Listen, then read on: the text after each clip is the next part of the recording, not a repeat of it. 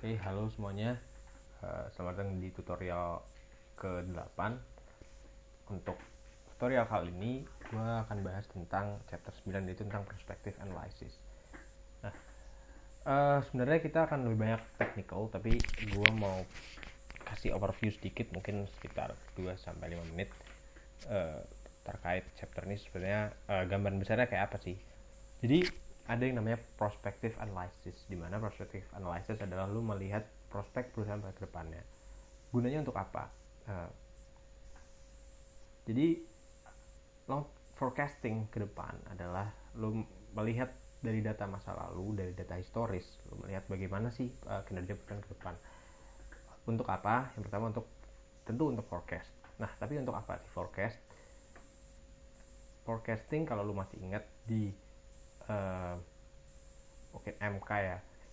Nah, Ansek belum dapat, mungkin MK itu ada namanya stock valuation menggunakan dividend discount model. Nah, di situ sebenarnya stock valuation itu ada beberapa cara. Salah satu yang kita bahas adalah dividend discount model. Tapi sebenarnya secara lain adalah menggunakan free cash flow to equity. Itu cara untuk mengevaluasi sebuah perusahaan berdasarkan kinerja di masa depan. Dan kinerja yang menjadi proksi kinerja adalah cash flow. Dalam hal ini adalah free cash flow to equity. Itu untuk lebih detail. Nah, di MK juga ada namanya FN kan, external finance. Kalau masih ingat bab tentang FN. Nah, itu sebenarnya juga ada instrumen prospective analysis di situ. Ada bagian prospective analysis yang dilakukan untuk menentukan berapa besar FN yang kita butuhkan ketika kita menargetkan sales growth-nya sekian, ya kan. Sebenarnya bab FN kan hanya membahas tentang itu pada garis besarnya. Jadi mungkin tuh memberi sedikit bayangan aja gunanya untuk apa, yaitu forecasting tadi dari data historis kita melihat prospek di masa depan, dan gunanya adalah untuk melihat tadi bisa masuk ke FN, lihat kebutuhan dana, atau yang lebih umumnya adalah valuasi saham. Oke. Jadi projecting financial statements memiliki 3 komponen sebenarnya. Komponen eksternal yaitu macroeconomic activity, competitive landscape, karena makroekonomik adalah kondisi makroekonomik biasa, dan competitive landscape adalah bagaimana perusahaan ini nanti akan bersaing, karena kan kemampuan dia untuk mengenerate sales itu juga bergantung pada kemampuannya untuk bersaing dengan kompetitornya. Dan new versus old store mix. Jadi ini ada ibaratnya jadi kayak toko yang baru biasanya akan menjual lebih banyak dan paham yang seperti itu. Jadi toko yang baru akan ada efeknya untuk ketika kita ekspansi, kita buka toko baru terhadap sales growth. Nah, kalau kita recall lagi bab PFN adalah waktu itu kita proyeksikan berdasarkan percentage of sales. Jadi yang kita proyeksikan pertama adalah sales. Nah, bab ini juga sama seperti itu. Kalau kita masuk ke materi di mana di halaman 493 langsung dibahas bahwa we begin with an assumption that sales will grow at 455% in 2006, the same growth rate as in 2005. Jadi dia langsung state bahwa ada growth sales yang sebesar sekian. Nah, once the projection loss has been completed, sensitivity analysis will examine the implications of higher and lower growth rate on our forecast. Nah, di sini caranya untuk dia nge-forecast adalah dia tentukan salesnya terlebih dahulu, dan di chapter 9 ini dia mengandalkan rasio. Artinya dengan asumsi bahwa rasio dari tahun ke tahun itu selalu konstan, sales growth, gross profit margin, selling, general administrative, dan segala macam ini semuanya konstan. Berapa nilai sales di masa depan, dan bagaimana nanti balance sheet-nya, income statement-nya, dan statement of cash flow-nya. Sebenarnya intinya itu.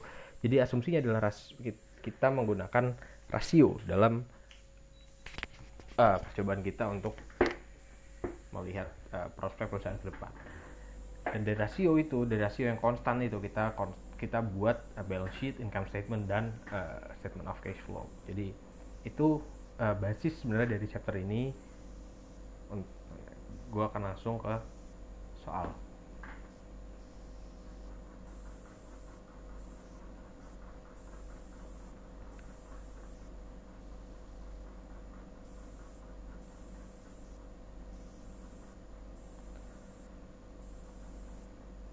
Oke, soal kita adalah ini ada income statement dan balance sheet dari Best Buy, problem 9.2. Di sini ada income statementnya year 1, year 2, balance sheet year 1, year 2. Kemudian di sini ada rasio juga, kita diberikan rasio, sales growth, profit margin, selling general administrative expense, depreciation, prior year, dan segala macam. Kita disuruh untuk menggunakan rasio tersebut untuk penyusun proyeksi income statement, balance sheet, dan statement of cash flow. Nah, gimana caranya?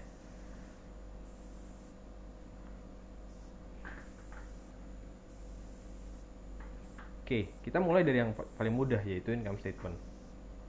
Di sini kita punya rasio sales growth.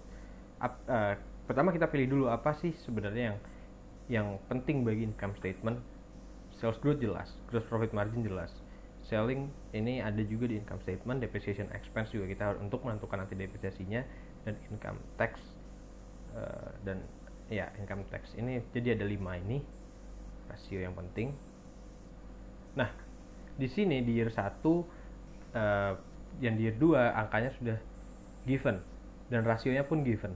Jadi angka ini itu berdasar dari 22.67, 19.96 dan angka lainnya berasal dari data di year 2. Nah, dari data year 2 dengan asumsi angka rasio ini konstan, kita disuruh untuk membuat proyeksi income statement di year 3. Oke. Nah, kita mulai dari pertama kita selalu mulai dari sales. Projected sales growth-nya 22.67. Artinya tinggal kita dari sales yang tahun kedua kita kalikan saja, dia tumbuh 22.67%. Lalu kita di sini COGS kita belum tahu. Kita bisa mulai dari mana? Yaitu dari gross profit.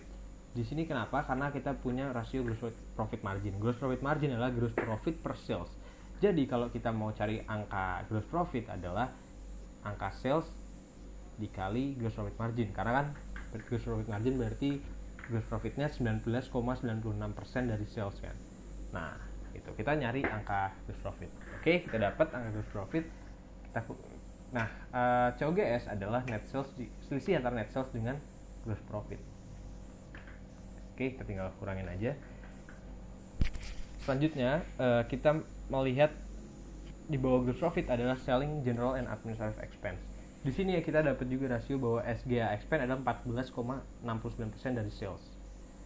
Ya sudah, sama dengan gross profit, kita kalikin aja. Kita kalikan 14,69 dikali 18.800. Kemudian depresiasi pun sama. Tapi ada sedikit berbeda dari depresiasi, di mana kita udah construct dulu balance sheet-nya. Depresiasi di sini dibilang bahwa 15% dari gross PPA, berarti dari property plant equipment yang belum didepresiasikan. Nah, nggak ada kan di income statement, ada di balance sheet.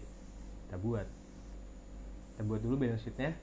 Lalu untuk mencari depreciation expense, ya udah berarti ini kita 15.28% kita kalikan dengan angka di balance sheet.